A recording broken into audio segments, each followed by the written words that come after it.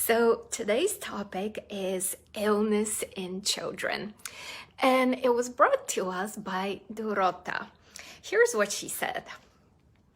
Hello, beautiful being. I really like your posts and questions. Challenges the mind.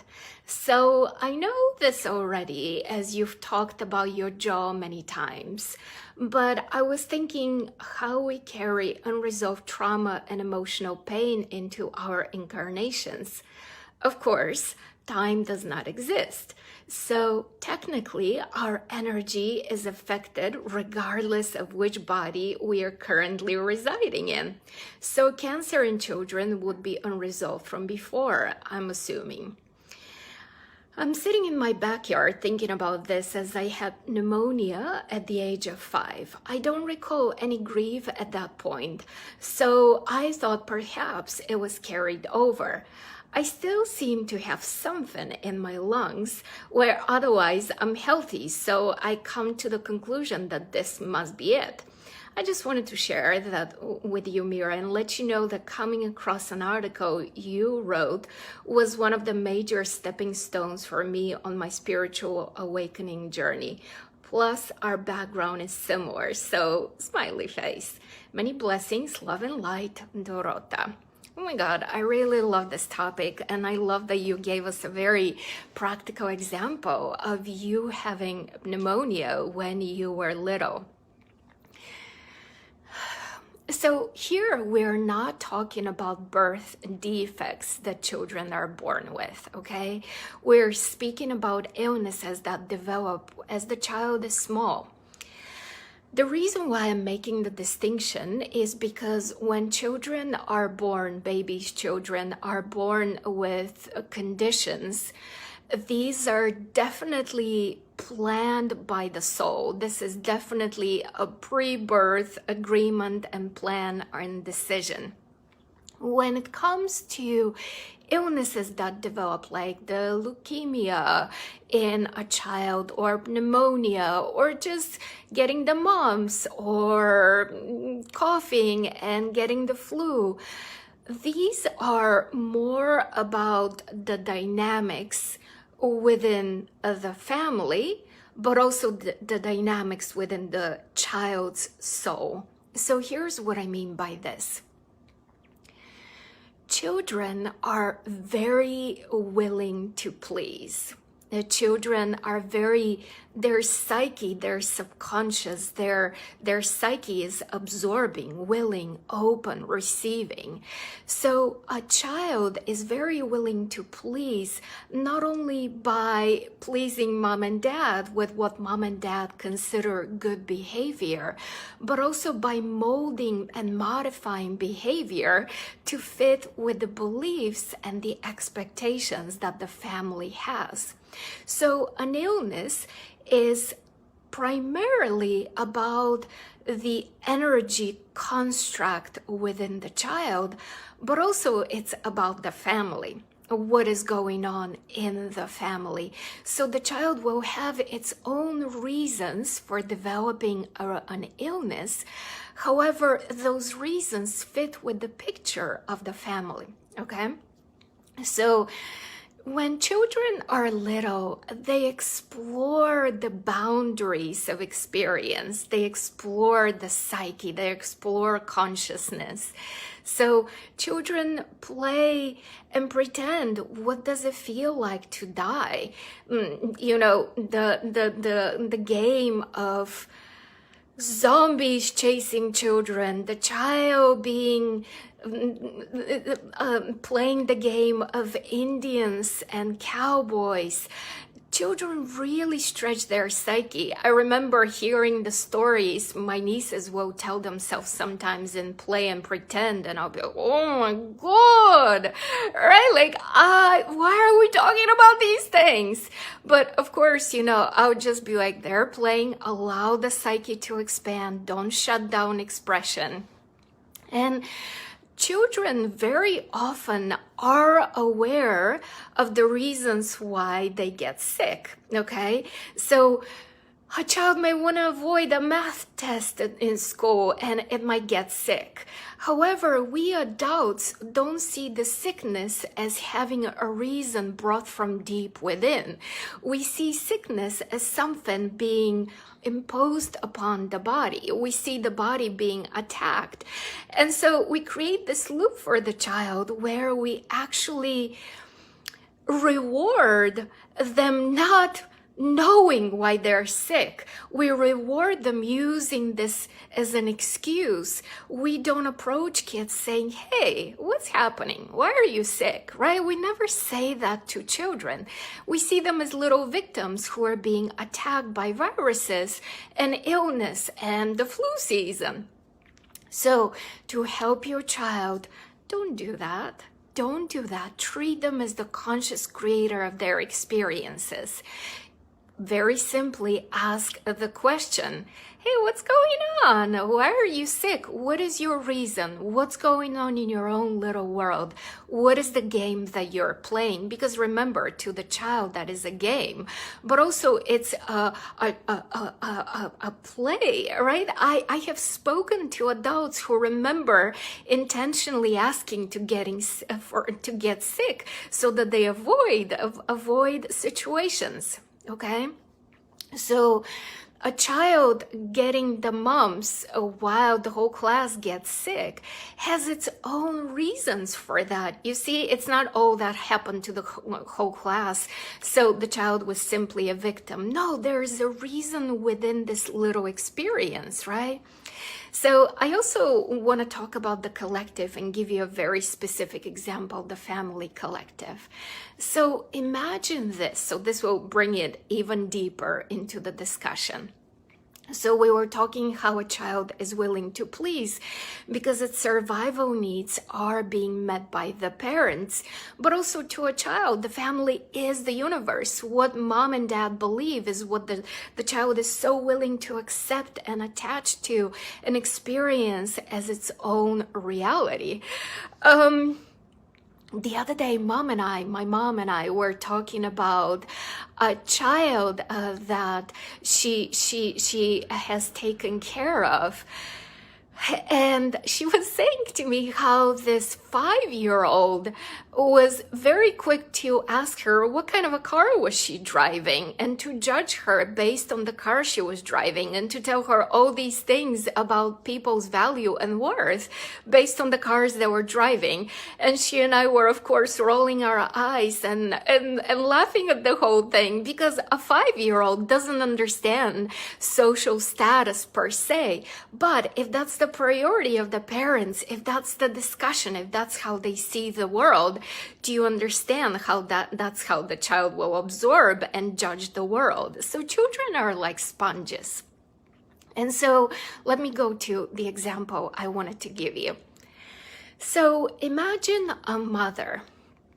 And so this woman is pregnant, and this woman is having difficulties, bleeding and so forth, fears of keeping the child.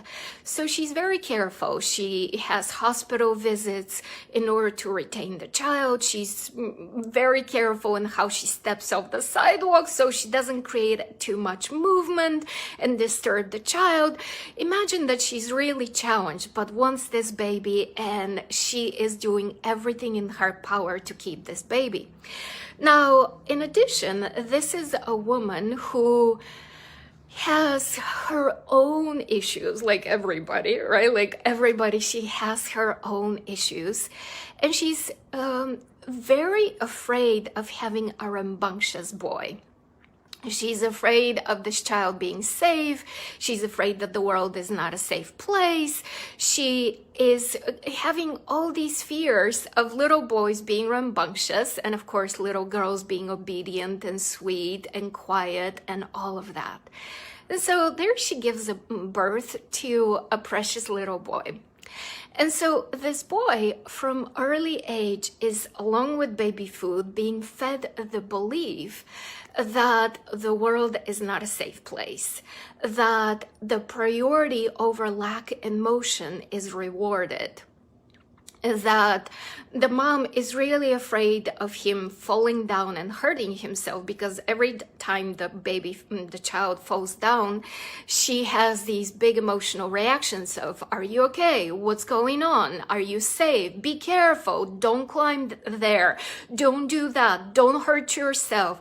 And so there's the terror of her losing him, but also the terror of the masculine energy being unruly, being something that a woman cannot control, something that she needs to punish and stop and control, okay? And so the child very early on figures out that motion is not rewarded, that being motionless is actually the preference around here. So that is very convenient for the mom, because she doesn't need to worry about, so the child grows up with the fear of motion, and the child plays and pretends. And so because the child is willing to accept all these beliefs, all of a sudden, let's say at the age of 5, the child develops arthritis. And so as the child develops arthritis, all of a sudden this becomes a self-fulfilling loop, right? Because now the child is being rewarded for the symptoms.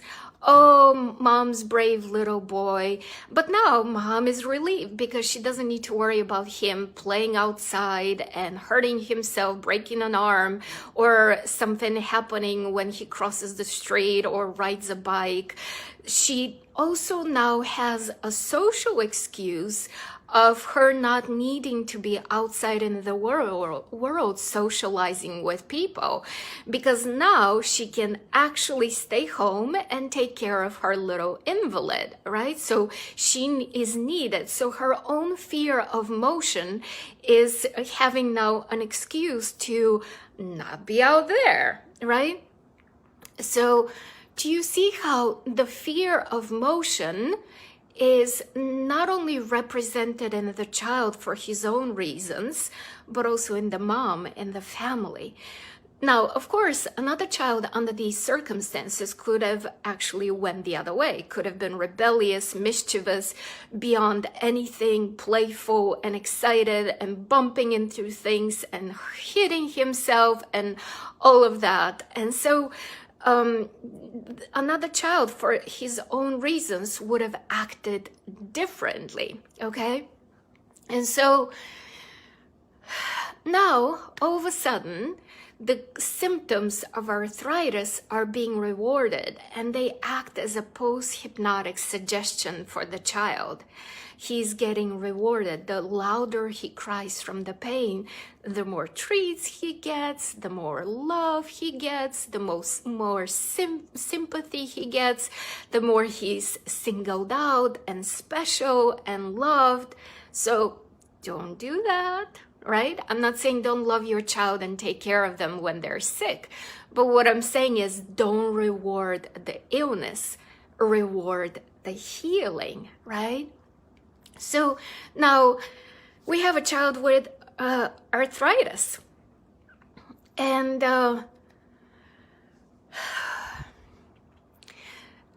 when the child and the mother go and visit doctors, the doctors, of course, don't believe the rheumatoid arthritis can be healed miraculously, right? Most doctors don't carry the belief that the body can miraculously heal itself. So telepathy always operates. So every doctor's visit doesn't give anything to the child. It reinforces the illness. The child, through telepathy, knows that the doctor cannot stop the play, cannot stop the game. And now the game is way too real to the child, and he does not know how to stop the realness of this game, because now it's becoming part of the identity, part of the structure, part of the belief system of the child. So now the child goes and visits a healer like me, and the healer actually believes that the body can be healed. The healer, me, doesn't believe in crap like the body being attacked. I don't believe in that. We always have our own reasons for every illness. Please remember, I'm making a distinction here between symptoms we're born with and developed conditions. So here's an example of symptoms we're born with. Parents who are overly focused on intellectual development, afraid of emotions, scared of their emotional world, trying to control it, being incredibly logical and shutting down of expression of emotion, being very stern with the expression of words and discussions, being very critical, logical people, right? Afraid of emotion, all about the brain, not heart. And sure enough, they get a child who has a Down syndrome or another mental illness where it's not about the control of emotions at all. So the child becomes their teacher. The child is the extreme expression of emotional life and involvement that they were so terrified of. So this is an example of something that the child is born with. So now going back to our boy with the arthritis who visits a healer, and this healer believes that the body can absolutely heal. Telepathy always operates, so the healer immediately knows that the child can be healed. Remember, when there's this innate belief, what I as a healer do, I basically reach out to the quantum field, to the pattern of consciousness, to the psyche of a child or an adult. And what I do is I change the belief structure within the psyche, within the pattern of the quantum field, within the expression of that is behind the energy, the information that is behind that forms the physical experience. And so this is the work that I do because I believe in the healing. So in that quantum field, I replace one belief for the other. I replace the illness and sickness belief with the belief that healing is possible. Not only possible, but expected. Not only expected, but I know how to make that happen for the person. Do you see? This is the power of the deeper work, the power of belief. And so the child trusts that I can actually stop the crazy making game. The child is not rewarded by me as the healer for being sick. I don't approach the child from a place of, oh, poor you, poor little thing. Let me be nice to you because you're being victimized. I approach it from, you're full of energy, you're full of vitality, you can heal. Not only can you heal, but you're free to move. You're free to be you. And so my belief overrides the experiences that the child has had. And so children are extremely easy to heal. Extremely. Have you guys heard of the story of how I worked with a boy who had asthma attacks? And the asthma attacks were so severe that he would end up in the emergency room every week pretty much. And so this child and I did a past life regression. This child has had spontaneous memories. His name was Christian, is still Christian. Spontaneous memories of being Lou Gehrig. So when I worked with him, and you know that Lou Gehrig died from Lou Gehrig's disease, in other words, muscular dystrophy, so that the breathing process was not being supported in the body, and so in this life, he is experiencing similar conditions, right? For his own reasons. I can go deeper into the reasons in the family dynamic, but I'll save this for another time. It's a magnificent story. He developed the asthma condition. So there I am working with him, and I say to him, you know what? This is a different lifetime. You don't need to experience these conditions. You're free of them. You can I swear, nothing more complicated than this. No voodoo magic. Belief and expectation. You can heal. You're free. This is a different body. Your body functions perfectly. And then sure enough, that was the end of the asthma attacks. And so his mom credits me with healing his asthma in her book, The Boy Who Knew Too Much. It's a fascinating story, so I encourage you to get a hold of a copy and read it. Kathy Bird is the author. And so this is how healing works, whether it's a child, whether it's an adult. Healing is available to everyone. The question is, are you willing to open to the healing, you as an adult? And also, are you working with a healer who is there to help you heal? That's why yesterday when I was talking about the images we receive in our past lives, I was adamant. Choose a healer you admire and choose a healer whose belief system you actually understand and you trust. Because when people come to me, I don't get fazed whether they tell me I have cancer or myasthenia gravis or I have a spinal cord spinal cord stroke. To me, any of that or digestion issues or literally any issues or thyroid issues, none of it phases me because I know that it's about working with the consciousness, the structure of beliefs, and I know how to do that work. So I have the confidence, and that confidence gets transferred over to the client. I override their beliefs in the psyche. I know how to work with them, right? Does all of this make sense? So same with children. Now children, because they're so impressionable, to them everything is a game. The healing is instant. It's always so easy to work with children. Children are a tremendous delight. And so that's how I want to teach you, to suggest to you to actually work with kids. Because you see, the healing of the belief in the child then also can heal the family beliefs, right? Because there's the correspondence that is happening between the child, the parents. And so when the condition develops, it's not so much that the pneumonia that Dorota spoke of in her question was that she was carrying grief. But let's look at the bigger environment. What was going on with mom and dad? What was going on with the primary caregivers? What was the story of helplessness and taking life in? What was the story at that moment in time? And so these are the bigger environment things that we get impacted as children. But now that you know all of this, I really encourage you to treat your kids as little people who are very capable, very powerful, because that's really what they're doing. They're actually in their illness learning their power.